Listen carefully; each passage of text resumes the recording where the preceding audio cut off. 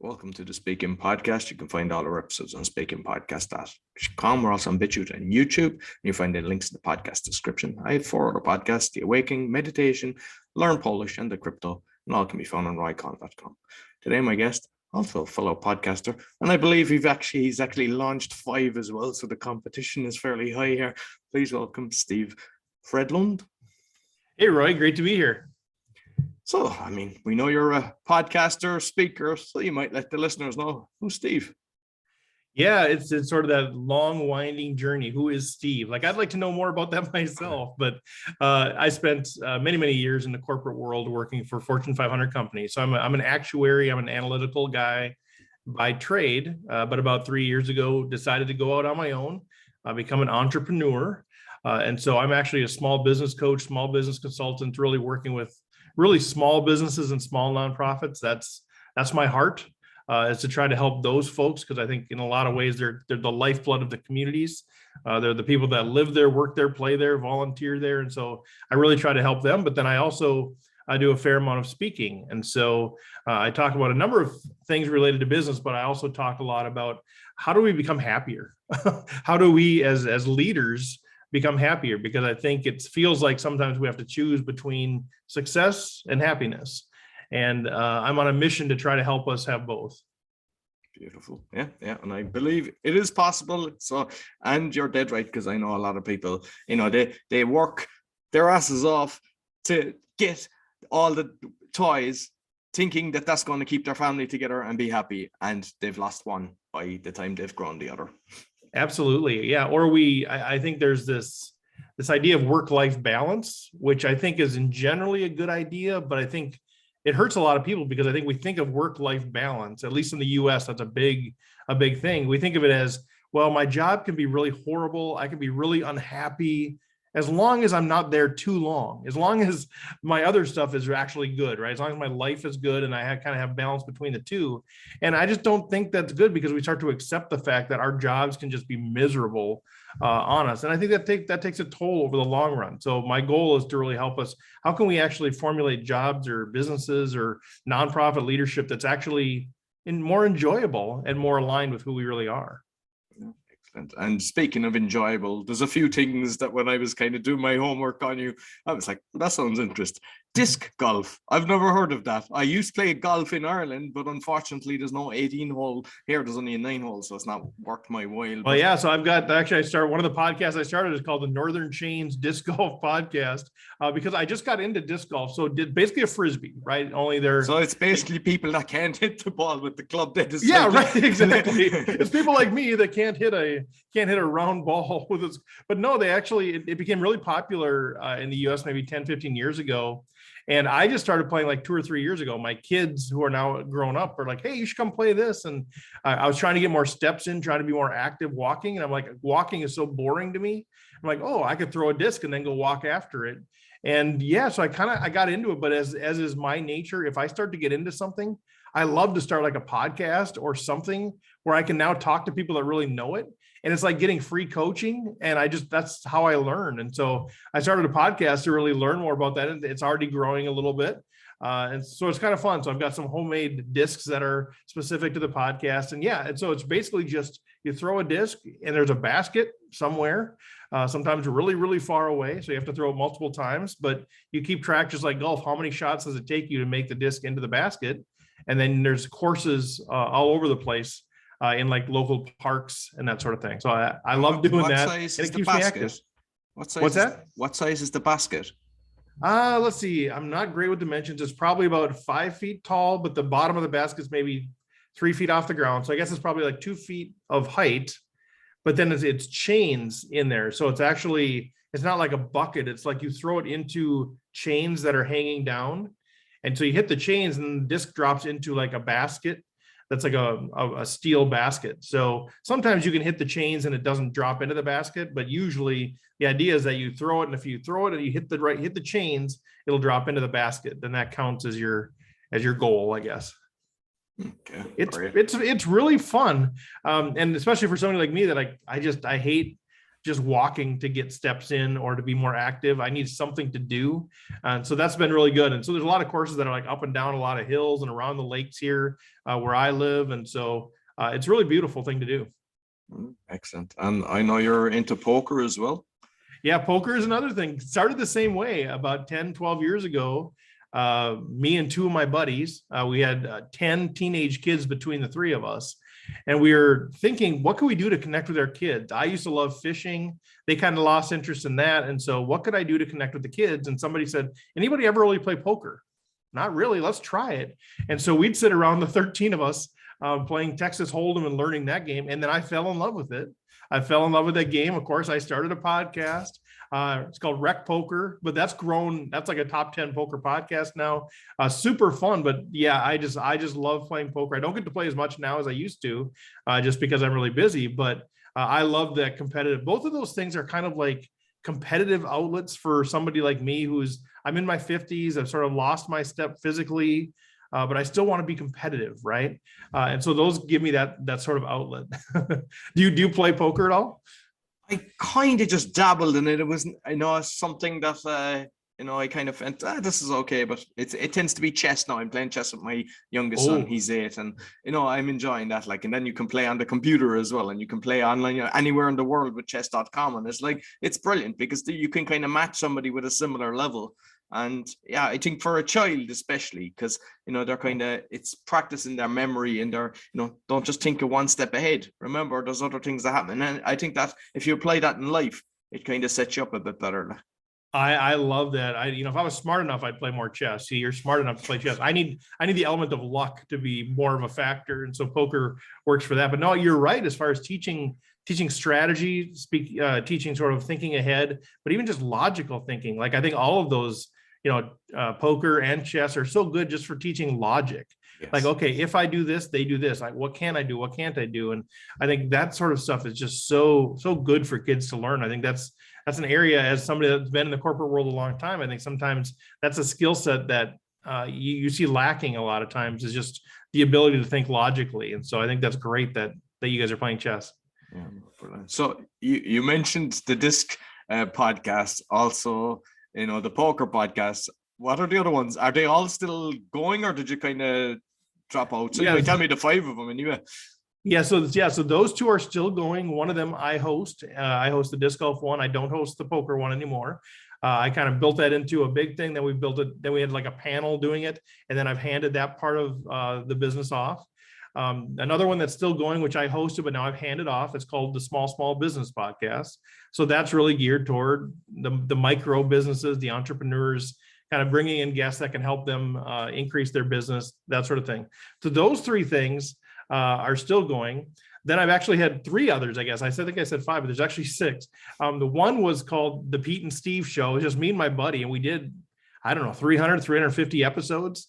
And it was just him and I just chatting about different things. It was really fun. And we kind of almost used that as an excuse to get together. Like, we love getting together, but we weren't getting together enough. And we're like, let's start a podcast. And that forces us then to at least see each other every week. And so we had a ball doing that. That was just really just a fun, entertaining topics of the day kind of thing. So we built up a decent audience, but not huge. But I think that was okay, because the goal for us was really get together and just sort of have fun with that. And then I did one called Just Steve. And it was just me interviewing who I thought that were really cool people. And then my business model shifted, so I kind of switched that one over to the Small Business Podcast. And then I actually did one called Spiritual Threads, which is a totally different thing altogether. It was about faith and spirituality. And I had like 6 of my friends in my circle kind of talking about those things, because we were all in different places. Some of us had been leaders in the church, and then we sort of lost our faith. And it was just sort of a conversation about, what do we think about these sorts of things? So that was sort of an interesting, very different sort of vibe. So we ran that for a while until we kind of ran out of things to say. So, I haven't really used the podcasting hyper strategically in my business. It's been more of what's interesting to me. And I just love that outlet. I'm the kind of person, I don't know if you're this way, but I'm actually a raging introvert. Like, I will just sit by, like, the pandemic's been okay for me because I'm just home and I don't have to see people. But I feel like I have a lot to say, but I almost need permission to speak. I know that sounds really weird, but I'm not one who's going to interrupt people in the middle of a conversation and say, hey, I got this to say. And so I just tend to be the one who's really quiet in a room, but man, I have things I want to say, but I just don't push it. And so I think the fact that I do public speaking, I think the fact that I do podcasts is sort of my outlet to say, okay, I've kind of given myself permission to have a platform. And so I think that's why I have started a number of podcasts, because I just want to talk about this stuff, but I almost need permission to speak. No, makes sense. Yeah. And did you ever use any of them for kind of lead generation? Then for the coaching, did you get, Yeah. So small business has become that. So that was when I started that. A number of people that came on that were great connections. And so I would give business coaching, business consulting for myself. Also, my guests have gotten leads from that too. So that's been quite wonderful that way. So I'd say that's probably the biggest one. The poker one has also led into that, because we started offering memberships for training. We started offering poker coaching, all of these things. And so people that were listening to the podcast would come in and do that. But again, I think I need to be more strategic in how I do that. As my life has gotten busier and busier, I need to kind of figure out, okay, what is the role of the podcast in all of this? So the one, the disc golf podcast, that one that I still host, that's sort of a revenue generating thing. So I'm not really looking for leads, because I'm not offering coaching and that sort of thing. And it's kind of a separate thing, but I'm only doing it with the vision of, I want to have sponsorships. I want to have some financial revenue that's coming in as a result of that. And so that's been good, because I picked up some sponsorships there. No, excellent. So yeah. I know with the speaking that you've actually done 2 TEDx. I don't know if the second one released yet, but I was able to find one of them, and I actually enjoyed it. I've written on there, putting the right peeps in the Jeeps or something in your Jeeps. Yeah. Yes. Yeah. So the second one's not been released. They actually had both of them that I did. Unfortunately, they had some technical issues. The first one, called The Peeps, Get the Right Peeps in Your Jeep, The Power of Shared Passion. And it's really all about, how do we have the right, as we go through life, and I use an analogy of a safari, because I've been on several as part of my humanitarian work in Rwanda. As we go through life, as we, sort of the safari of life, it's so important that we have the right people in our Jeep with us, because it makes the great moments great. It makes the bad moments better, all of those things. And so, so that one went fine. The second one, we're still waiting to have released. I've had technical issues with both of them. In the second one, they tell me later, well, actually, the middle part of your thing, we kind of missed. We don't have the audio or video for. So I think they're trying to patch something together. So we'll see. I might, even if they get it together, I might not even be able to put that, to be able to use that one. But that was really about, how do we live our most vibrant life? How do we actually live a life where we come fully alive, that sort of thing. But yeah, that first one, interesting. That one was done. It was recorded in March, 2 years ago, March of 2020. And I think it was the last TEDx that was done before the pandemic shut everything down. So a lot of the TEDx were already shutting down. I went down from Minnesota to Arkansas, which is like a 15-hour drive here in the US to go there. And they had like this whole auditorium, like it was sold out. They had sold tickets. It was going to be this big crowd. Well, COVID hit. So now there was no crowd. They canceled all of that. And so it's just me and the production team in front of an empty audience, an empty auditorium. And, I don't know if you've done any speaking, but it just it deflates the energy. So you kind of have to manufacture your own energy in those sorts of things. But a great experience, very intimidating to go walk out to that big red dot, but it was quite an experience.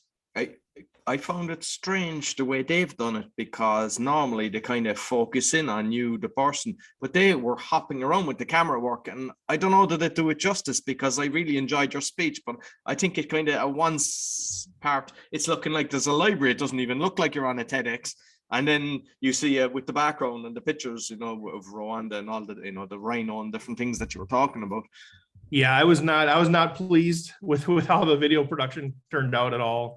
Hopefully they're not listening to this, but I know it's good if they are, because that's why we're helping people to become better. Well, right, because the way that TEDx works is, so TED is sort of the big organization. TEDx are all these independent regional groups. So somebody can apply to be a TEDx coordinator. So they did, and it was down at University of Arkansas in one of their campuses. And when you get there, you just don't know, right? Like they say, here's what the production is going to look like, but you get there and then you realize it's sort of a volunteer team of people putting things together. And I think it might have even been like a freshman production class that was put it together. And yeah, so the cameras, you just don't know when you're doing it until then you see it later. You're like, well, the cameras are really far away. And somebody had done kind of the theme of the TEDx was something about the next chapter of the story. And so, yeah, they had all these library books on the stage, but it's sort of this weird background when you're not talking about that. So they had put that in there as part of the theme of the event, but didn't really think through what does that look like for everybody else who's doing one of the talks to have library books in the back when you're doing it. So yeah, the production quality is not great. And so unfortunately, I use a little bit of that in my like background on my website and things, but my speaker reel that I've just finished up here is probably not going to have any of my TEDx in there, which is really unfortunate. Yeah, and I haven't done a TEDx, but I've done an open mic TEDx, and like I was asked kind of like 2 days beforehand, because I'm not sure, it was like, because it was the English version I was doing. I'd done it in Łódź in Poland, so maybe nobody applied for it or something, but they knew they were people that were organized that were in Toastmasters. And so I don't know, was it 4 minutes or 3? I can't even remember, 5 minutes. I'm not even sure what it was, but I said I needed to make this good. And I like, just from the feedback, I know it was good, and I was expecting, okay, this should be good for me, like, and it'd be nice to have. And basically they said, yeah, we don't put up open mics on the TEDx platform. And I was like, I said, grand, I'll put up my own thing. No, they were going to, and somebody objected, so they didn't even give me a copy of what I did. Oh, no. Yeah, exactly. And I was like, I mean, so good experience, but that's part of why we do some of those talks, especially those kind of talks. I mean, we're not getting paid, right? So you just want that footage, and you want that. Oh, that's too bad. Exactly. And it was like, I was kind of. Have you had a chance to do that talk anywhere else then, or no? I just done it, kind of bits of it in, like, say, a Toastmaster speech that was recorded, but just the way that I'd done it, and I just kind of put humor in and everything. And I was sitting down, and I kind of changed things as I was there, because it was so short notice anyway. Right. And so. And that's too bad. Yeah. And just the way the crowd interacted as well, you could see the laughing and stuff like that in a big crowd there. So these things happen. So what about your preparation for it? Because I've had a lot of guests on that have done it, and everybody kind of has different ways of their preparation for it. So just curious about yours. Yeah, I think I've gone back and forth on this as a speaker. I really struggle. I'm getting more and more into professional speaking, so I'm really figuring out, what kind of speaker I'm going to be and how I'm going to do that. I intended to go into it with, well, typically I'm at my best when I have a general flow of what I want to talk about, but then I just share from the heart. Like this, where, it's not scripted. I'm not reading off of anything. I feel like I do better when I just trust myself and talk about what I'm going to talk about, and risk the fact, maybe risk that I'm not going to say exactly what I want to say or how I want to say it, but I connect more with an audience like this. And so I try to not do things scripted. I try to just have a free form. But as I kept preparing for the TEDx, I'd be practicing, and then I'd start, oh, wait, I want to say it this way. And pretty soon it became a script. And so I ended up memorizing a script for the TEDx. And as I watched that, I don't love how it came off. Like, I feel like a guy who was reading or memorizing a script. And I hadn't gotten to the point of memorizing it where I knew it so cold that I could just come off like I didn't have it memorized. There's sort of this thing that you get to, if you're going to memorize something, if you're in a play or whatever, you get to the point where it sounds like you've memorized it. You're really forcing it. But then if you keep learning it, you get to the point where now you can kind of get into character and have a lot of fun with it. Well, because I wasn't planning on memorizing it, I never got to that final point. It just sort of got to the point where now I have this memorized. And so before I went on stage, I'm like running it through my head, like, what am I going to, how do I say this exactly? And so long story short, my intention was to just have the few points I wanted to make and just trust my gut on it. But as I prepared, it became a script. And then I ended up just writing a script and memorizing a script. So that, if that answers your question, which is actually quite stressful, right? That's very stressful to have, and, ended up being whatever, a 13, 15 minute talk or whatever. That's a lot to memorize. Yeah, I'd be the same as you. So I prefer kind of going from flow. I mean, I always say, okay, just know your introduction, know how you're going to finish it, and then your kind of bullet points, but speak from the heart and just kind of, if something happens in the stage, then you're cool, as opposed to the person that's memorized everything. If something like your projector behind you doesn't work or something, you don't go into panic mode and have to do the whole lot again. You can just, it is what it is. And I think people kind of appreciate and see that you're not kind of totally rehearsed. Yeah, and I wish, I mean, knowing what I know now, I would do it totally different. But that was a couple of years ago, and I was kind of new to the speaking thing. I've done maybe 150 talks, but most of them have been like inside of corporate settings. So I'm an actuary by trade, which means, and I don't mind talking. So whenever there was a presentation to give, they would ask me to give it because I'm the only one in the room that wasn't afraid to get up and talk in front of people. But most of that was still pretty scripted, PowerPoint based, that kind of thing. So this was my first real foray into more of a motivational, inspirational talk. And I wish I could redo that now based on what I know. And how long later was the second one that you've done? That was just last summer. So I guess July of 2021. And was that in the place or was it online, or it was? That was similar that was in the place. It went to Alpena, Michigan, which is about a 12-hour drive from where I am in Minnesota. So that one I thought went much better. It was much more from the heart what I wanted to say. It was still somewhat scripted, but it was much better considering the scriptedness factor. But we'll see if that one ever gets online or not, given their sort of disaster. Because they sent me an initial, here's some of the video that we have. I'm like, well, you're missing the whole like point of this thing. And so I have to decide. I might just keep some of it for like B-roll footage, and not worry about actually making it into a talk, which is disappointing. And then I might have to stop referring to myself as a 2-time TEDx speaker and just a TEDx speaker. No, you've done it. Irrelevant. I've done it, but there's no proof of it. But it's an interesting thing. I mean, the whole speaking thing is interesting. I've learned a lot about it. I've been studying the craft a bit more now over the last 6 months, really trying to figure it out. But kind of your point about kind of how prepared you are. I tell people this all the time, and I really believe this. Like, if you were to tell me, hey, in 30 minutes, we need you to do an hour-long talk on your work in Rwanda or what it's like to be a small business owner or whatever, I feel like I would get up and I would do a great job and crush it because I don't have time to prepare. But if you told me, in 3 months, we want you to do this hour-long talk, I think I'd be so much more prone to start over-engineering it, kind of over-preparing, and then pretty soon it would just come off not as connected with the audience. And so I need to figure out how can I prepare a talk that's due in 3 months where I still prepare, but I feel really connected to the audience. That's sort of my current challenge as a speaker. What I found is, because I've done a few competitions with the Toastmaster, and definitely it gets better the more that you do it. So perhaps go to Toastmaster Club and just do the speech 3 or 4, because I think by the 5th time, but I mean, I hear some people, they practice 100 times. I don't have time to do that. And I would get bored myself. Like, I'd fall asleep if I had to repeat something 100 times. It's just not for me. I have better things to be doing with my life. And, if you're going to fine tune a speech, but I think by doing it 5 times, you're kind of, because you can ask the audience, hey, what's good, what's bad, and just get feedback, especially in the Toastmasters Club, because that's what they kind of do.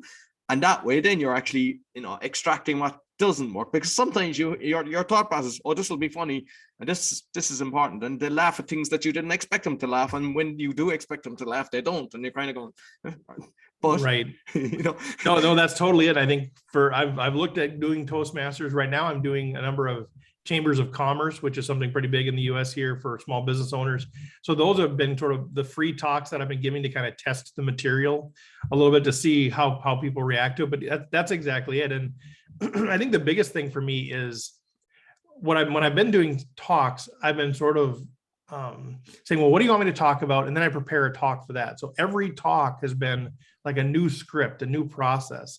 And so what I'm really trying to do is create that signature talk and saying, this is what I talk about. I talk about helping leaders become happier. And it's the same talk. And like you said, I can go different places. I can test it and adjust some things, but it's the same core talk. And maybe I just drop in new stories. And I know for a lot of you people listening to this are going to be like, well, duh, that's of course what you're supposed to do. But it's been kind of new to me as a newer speaker. I've been like, well, I'll talk about anything to anybody. If you want to pay me a little bit, I'll come talk to you. And then I spend 50 hours preparing a script and walking through it, and you get paid $500. And you're like, I don't know if this was the right use of my time. And then it's not very good anyway, because it's the first time you're actually doing it live. You haven't really tested the material. So I'm really focused on, I want to have that 1 or maybe 2 things that I really talk about. And like you said, test the material different places, see what works, what doesn't work, and then get more and more comfortable delivering it. as I say things, I'm like, ooh, I like how I said that, or that was really clunky. That didn't make any sense. I need to figure out how to say that. But sometimes you just don't really know when you're practicing in front of the bathroom mirror or you're pacing the house. Like you said, I get bored, especially like a 45-minute talk. Like, am I going to practice that 50 times? That's terrible. If I do at least live, it's sort of a form of practicing. But yeah, I can't get past the 5-minute mark when I'm practicing by myself. I'm like, oh my gosh, I can't say these words again. Yeah, and like one thing that I did up for all, I'd say 80 to 90% of the speeches that I done in the Toastmasters, because I've done a load of 100 and odd, I've recorded them. And I don't have a problem going back, looking at it and kind of checking. And, because there's even times where people were saying, I had a habit of tugging my shirt. There's probably some sort of nervous twitch. But, just because you're just conscious. And what one of my guests said, and I thought was very good, is he said, turn off the sound. Because then you're looking at just you. Then also not look at yourself and just listen, and then do both combined, and then you're really kind of getting everything in it. And I just thought it was a nice way of actually ensuring that you perfect your skills. So watching the video without sound, is that what you're saying? So the 3 ways, really. Watch it normally, then watch the video with no sound, and you're going, why did I do that move? And then just listen to it, because sometimes we're not giving the audience the time to kind of reflect on what you've just said, and you just kind of go, oh, I should maybe take a few seconds. And I think by going through that, you're going to improve it. That's a great idea. Yeah, I mean, I've heard just listen to it before, but I think watching it without sound is interesting, because how many of the cues or whatever, how much of the information that we absorb is visual. Yeah. It's body language, like you said. Yeah, if you're kind of leaning into the audience, if you've got a nervous twitch, whatever it might be, those are things that you just don't really know if you don't record it. Yeah, as much as I think that would be a good habit, because I don't want to see myself. I don't want to hear myself, right? Like I'm the kind of speaker that, like, even though I've done all these podcasts, I don't really listen to my podcasts. I don't really watch my things. I don't really want to hear my voice. I don't, who likes their own voice and who likes how they look on stage. And so, but that is part of, I think, being serious about being a professional is doing those things. Like I've done hundreds of evaluations as well with the Toastmasters. So I would evaluate someone's speech, and I spot things different to everybody else. Everyone is kind of going through the structure of the speech, and I'm watching everything. And like a lot of people, they'll have their feet and they'll kind of angle their feet, or they do something strange with their feet, and they're not conscious of it. But as soon as you kind of go, hey, do you realize you're doing this, you're doing that? Because someone will spot that. That's so good. Yeah, no, Toastmasters is something I think I feel like I need to do. I've looked at the different local chapters, and every time I look at it, like, the schedule doesn't work and those things. But the beauty now is, because of what happened in the last few years, you can be anywhere in the world. So like I was part of a Finnish club, and they're open to, and it's actually a bit later than now. I think they used to meet about 2 hours later than now. So, it might suit you. And it was once every 2 weeks, so it wasn't taking too much of your time. But, they're very high caliber, they're really nice people that are running it. So, well, I think that's great. Yeah, the ones here locally in Minnesota, we live in an area where they're not as concerned, shall we say, about the COVID virus. And so a lot of stuff has been live almost even throughout the thing. So there's not a virtual option. But I think that's probably the right thing to do anyway, just from a time perspective. The virtual option seems like a great one. So do you just basically record yourself then when it's your time? They just do it. And I mean, like, if you're doing a speech, you can ask the person, hey, record this as well. But especially when there's kind of like a guest coming in, you can have them all giving you feedback. They mightn't all have time to talk about it, but they'll email you later. And it's everyone is there to just help each other, and it's so great. Yeah, I got a lot of. I mean, I don't go anymore now, because with all the podcasts and everything. But I did about 4 years of Toastmasters, and I'd highly recommend it. I guess it's got me out of my shell. I was a nervous wreck before I joined. It's hard to believe, right? It's hard to picture you and say, oh, he was a nervous wreck and had to come out of his shell. But I think we all have that sort of story where we transition from, being more, reluctant to now out there. Yeah, and like I've said it a few times, like, if I could go back and slap myself into the head, like, because I mean, like, there was times, I remember even after college, I went back and done another diploma kind of part-time, and I had done all the work with the other guy, but at the end we had to do a presentation, and he got way more marks than me. And I was like, it's like I knew I'd done everything, and it was just that I panicked and I was terrified, and but I think once you overcome it, you don't go back. And I know how to help people as well with that. So it's hence why this show as well is like, because everybody's got something different bringing to the table, and it helps them a lot. Well, I think it's a good insight for you too, to say the fact that you've invested in other people, that you've actually done evaluations and you've given feedback to other people, that has to help you as a speaker as well. So I think that's why it's so good to be around. I actually started a mastermind of speakers. So we meet every week. And I think I highly recommend that for people that are speakers. It's just, I know some like people run masterminds is like $40,000 a year and come out to my house, and like, you don't have to be that complicated. I just grabbed 4 or 5 people that I thought would be really good. It's just free. We just take turns being in the hot seat every week, and we do it over Zoom. And I tell you what, that's been so good. But I think as you invest in other people, like you said, you learn stuff about yourself as well. Because I might notice somebody else doing something and I point it out, and like, I maybe don't want to tell the group, but I realize I do the same thing. And so I'm gonna change that in how I do my speaking as well. And I'm actually part of a mastermind that after this call, I've got a mastermind group, and it's like all different industries. There's about 10 of us, you'll always have 7 or 8 will turn up, and we're just, helping each other on and different teams every week. And, like, it's easy to do it and it's easy not to do it, but it makes such a benefit. Like, and, they're there for you. Like, you even when somebody posts something, you've got their support, they're giving the thumbs up, they're giving the comment.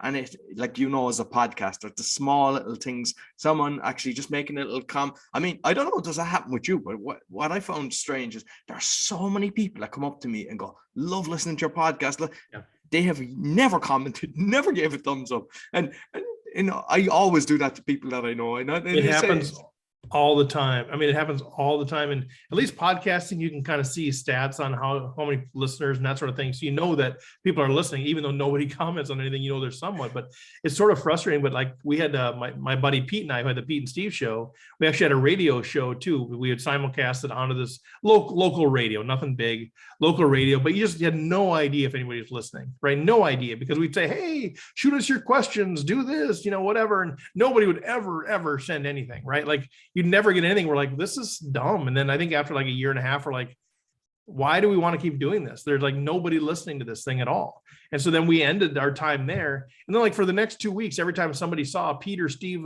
one of us in a store, they'd be like, oh man, I missed listening to you guys. I thought you guys, it's too bad that you guys are off the air. We loved that show. We'd turn it on and we'd laugh as a family. And I'm like, well, why do you ever tell me this? Like, we'd still be on the air if you would just say, we love your show, or just put a little, click the little heart that says you like something. Yeah. So I'm with you on that. I don't know what it is. If people just, as they're listening, they're not on their phone, or whatever that is, or they just don't feel like it, or they don't want to go public with their like, I don't know. But for you, or for those of you listening, I know that can be frustrating, but no, people are. I think you just have to know people are listening. People are enjoying it. And people will generally, the human nature, at least in the Americas, people will comment if they don't like you. They won't if they like you. So, if you're getting no comments, at least you're not getting it. But if somebody hates what you say, they're going to take the time to make a comment, say, I hated what you said. If they loved what you said, they might just go like, hey, Jim, I liked this thing that Steve said. They're not going to put it online. So I don't know what that is about human nature, but I tend to think no feedback is better than feedback, just because of the way human nature is. But it's frustrating. Yeah, but it's actually something as well with the YouTubes, because like say the Polish one I've got average, it's a 10% thumbs up to the numbers of views, which is I'm assuming high. But I was conscious, I'm watching lots of videos as well. It's different when there's someone I know, if they're a business, I'll always support them because I get it.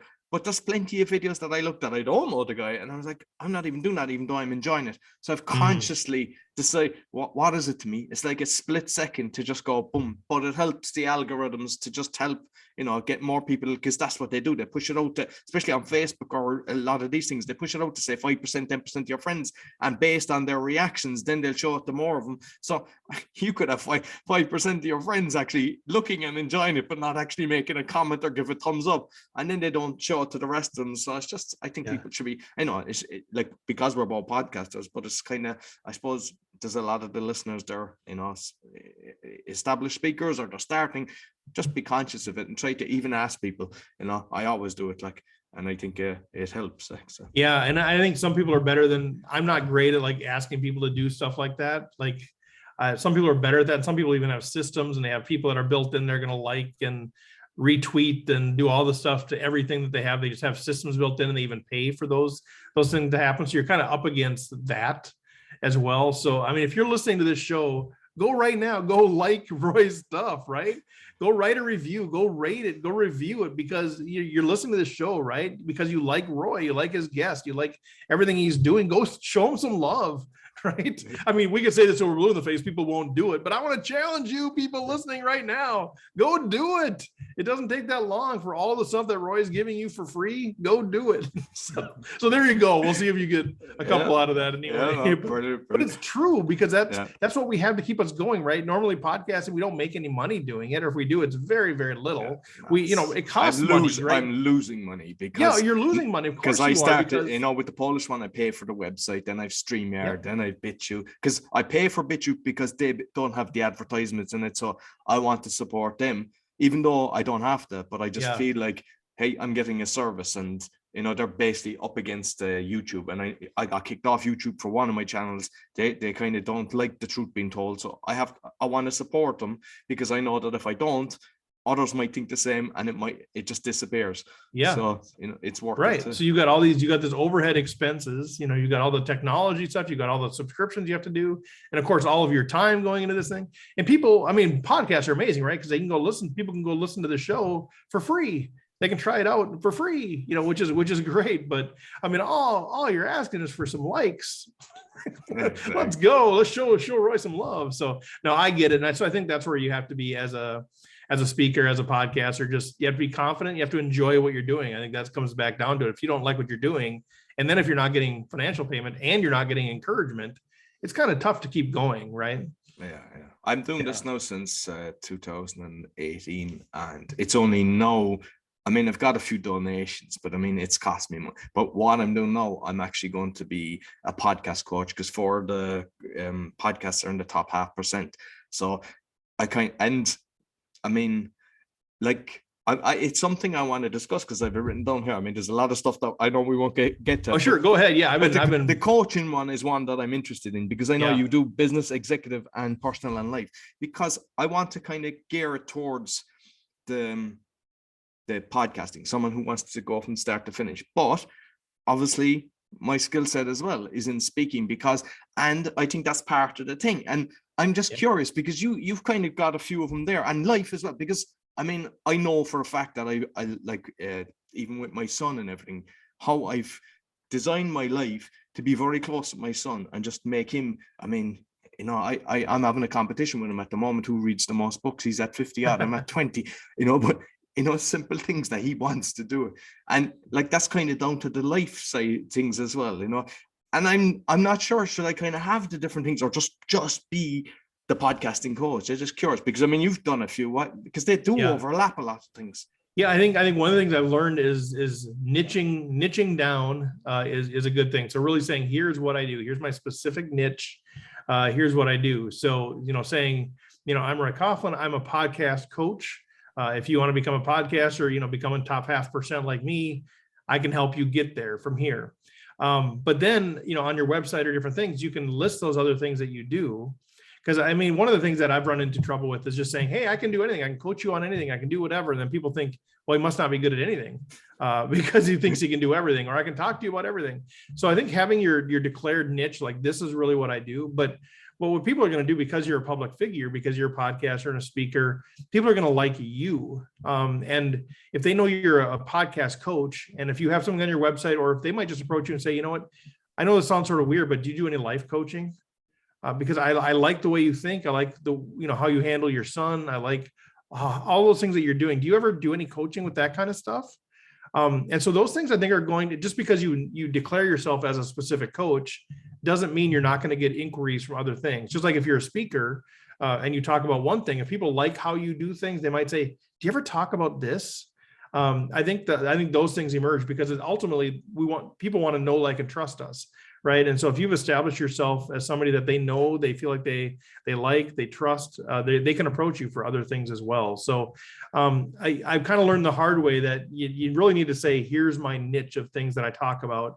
Here's my target audience. Here's those things. But those other opportunities still come, even if you've declared that. And so that's the journey that I've been on. But I think for you, I think, where's your heart? Where's your passion? Where's your business model? Where do all those things sort of intersect? With what you're passionate about, what the world will pay for, where there's demand for it, because ultimately, if you're trying to run a business, you have to make some money. And so, yeah, I think if podcasting coaching is that thing, I think you can do that, but then you can always drop hints, during that process that you do other things as well. But if you're a coach, I mean, a coach is sort of a certain mentality, right? And I can already tell you have that as a podcaster. You generally have that because you ask questions, you care about people, you're genuinely interested in them. Those are all characteristics of a coach. And what I try to tell people, even like as a small business coach, like, it doesn't matter that I haven't roofed houses before. I can still coach you in the business of roofing houses. Like, the principles are still the same. And I think for you, the principles of coaching are still the same. You're going to learn how somebody's wired. You're going to learn what they want to do, what their hopes are, what their dreams are, and then help them get there. And podcasting is maybe a specific niche, but those principles of coaching apply across the board. And I think people will pick up on that. Good. And just on kind of say the lead generation, because obviously I'm self-interested at the moment, but I know there is definitely coaches listening, like because I was looking maybe doing, say, webinar to get the lead generation, and I know other people, they do kind of like the free 15-minute 30-minute call. What's your strategy?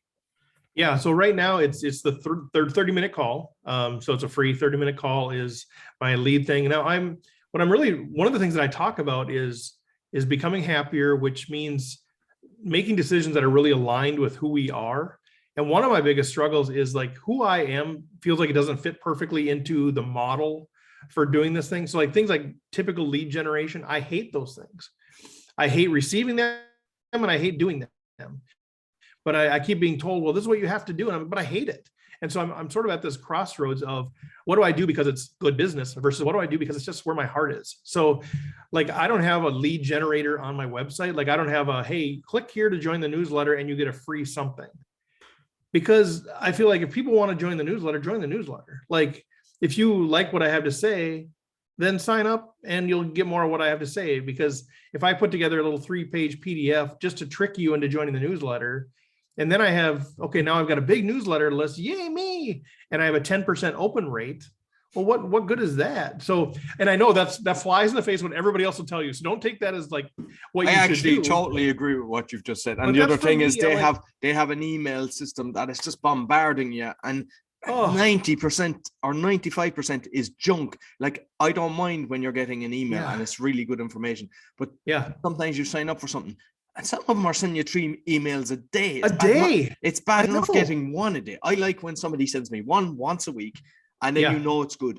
But me too. And sometimes there's good stuff, but then they just overdo it. And I get, I don't know how many emails I have at the moment. No, it's nearly 5,000. As soon as I get it down to 2,000, then I get, attention goes on to something else, and I turn around and it's up to 7,000.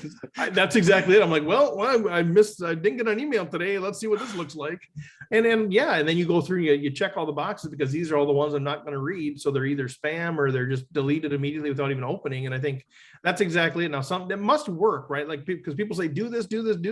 But I sign up because, a lead generator. Here's a 10-page guide to becoming a great podcast coach or something, and that sounds good. Okay, good. Sign up. That sounds fine. I'll take the weekly newsletter, see if it's any good, whatever. And then, boom, here's their drip campaign, right? Because we all know that they got these systems set up, and then they'd say, "Dear Steve, we're so happy that you're here." And they act like it's some personalized thing. And it's not. Like, maybe I'm too logical, but I read through that stuff and I'm just like, this is a system, right? It's just a system. And yes, they set it up because they set it up for sales, but they don't. I hate getting these emails that are like, this is meant especially for you, Steve, because we just love that you joined. This is bull. Yeah. It's not. It's a drip campaign where my name got mail merged into there. And now I'm on the email. And then, like you said, you get 3 or 4, and it's so obvious. Like day 1 is this, and day 2 is this, and then day 3 is this. And they've, you can just see the system that they've created. And I shouldn't be anti-system, but it's just like, that's what everybody's doing. It's just the same old stuff, and it's not personal. And I don't feel like they're being authentic and whatever. So yeah. And then you get 3 a day. So I just unsubscribe. And they push the sale. It's like upsell. And it's exhausting. And like I said, it must work. There must be people out there that are more influenced by that than I am. But it's such a turnoff to me. Like then if I actually see a legitimate offer from them, I'm like, no, because I don't know, like, and trust them. I don't trust them because they've inundated me with garbage for the last 6 weeks. So yeah, I'm kind of with you. So anyway, my way of doing things tend to be, okay, what can I live with? What do I enjoy? What's true to my character? How do I want to do it? So lead gen, I do the half-hour thing there. And I'm just starting more and more things where I'm like, I'm not going to do things the traditional way. Like, so, I do coaching. But I just started doing an email coaching program. I haven't even put this on the website yet. It'll be out there soon.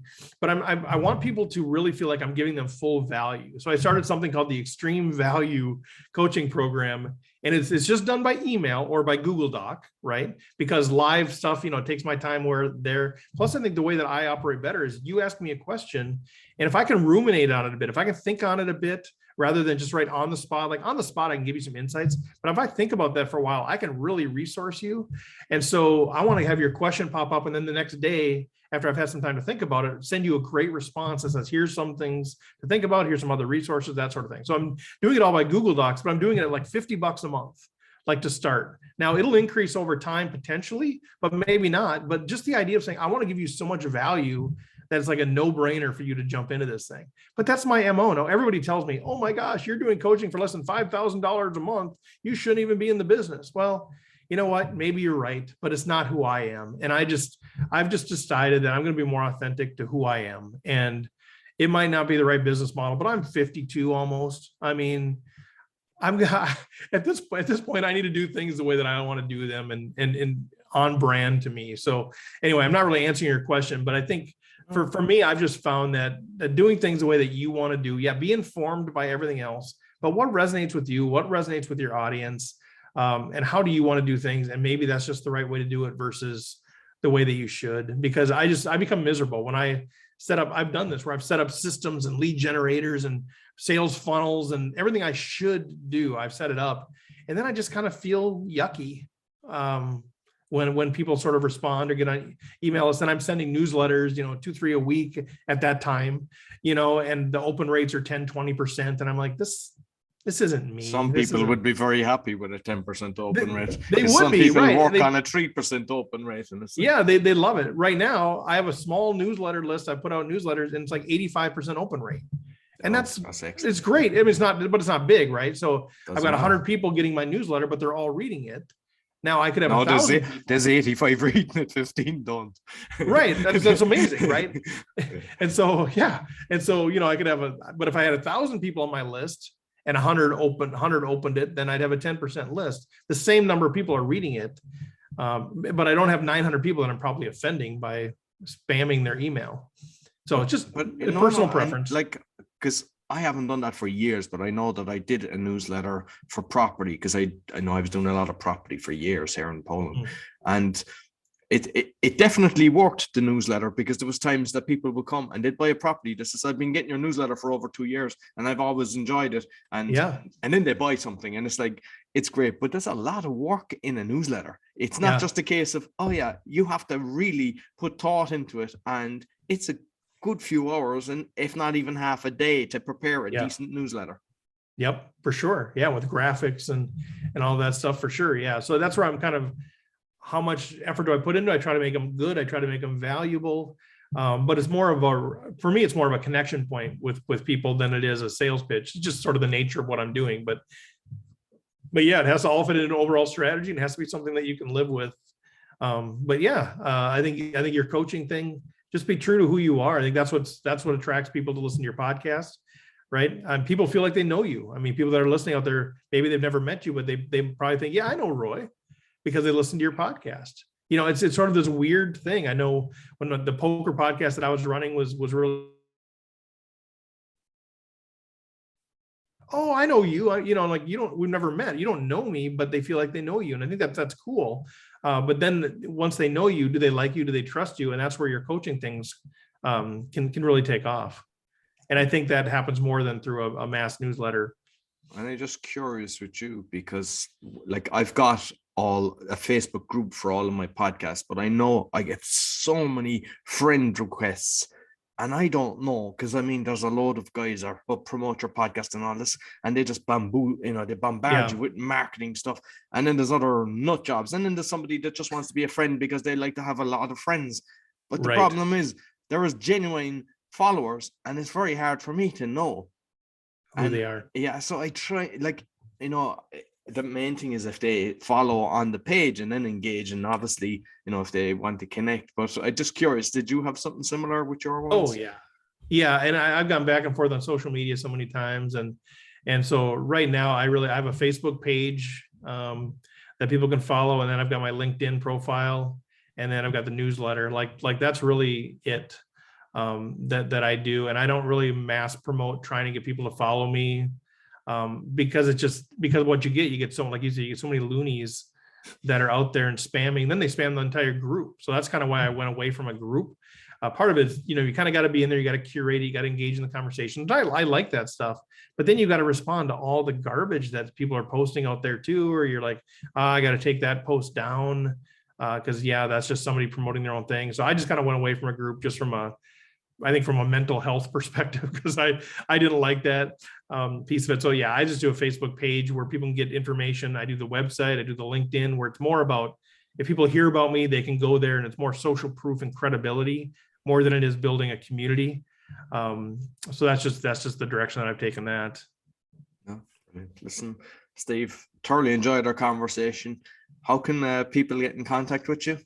Yeah, so I've got a couple of websites they can check out. So smallbusiness.com is the business coaching consulting stuff. Information is out there, and that's intentional, small, because we're really trying to help the smallest of businesses, the smallest of nonprofits. You turn away Amazon and all these. Yeah, we turn away. Yeah, exactly. Well, I actually I get that sort of work, which is great.